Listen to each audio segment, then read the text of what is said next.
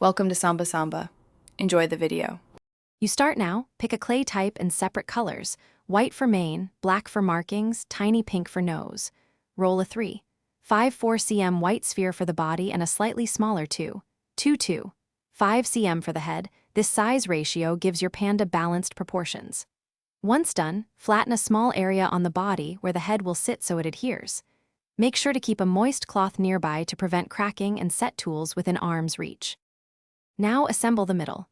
Press the head onto the flattened spot and check alignment from front and side. Symmetry matters for a cute look. Shape 411. 2 cm black teardrop legs and attach with gentle pressure, angling them so the panda can sit. Form ear ovals and 2 flat black eye patches. Add tiny white pupils and a pink nose.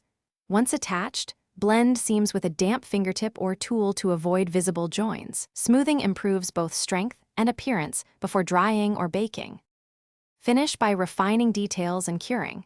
Check manufacturer temperature, usually 110–130 degrees C, and bake the panda for the recommended time. Overheating distorts shapes. Once cooled, sand gently to remove fingerprints, then seal with a matte varnish to protect colors. If a seam separates or a small crack appears, use a thin clay slip or 1–2 mm ribbon of matching clay to fill the gap, smooth, and rebake briefly. Make sure to test any repair on a scrap piece first to avoid discoloration. Thanks for watching. Consider subscribing if we helped you.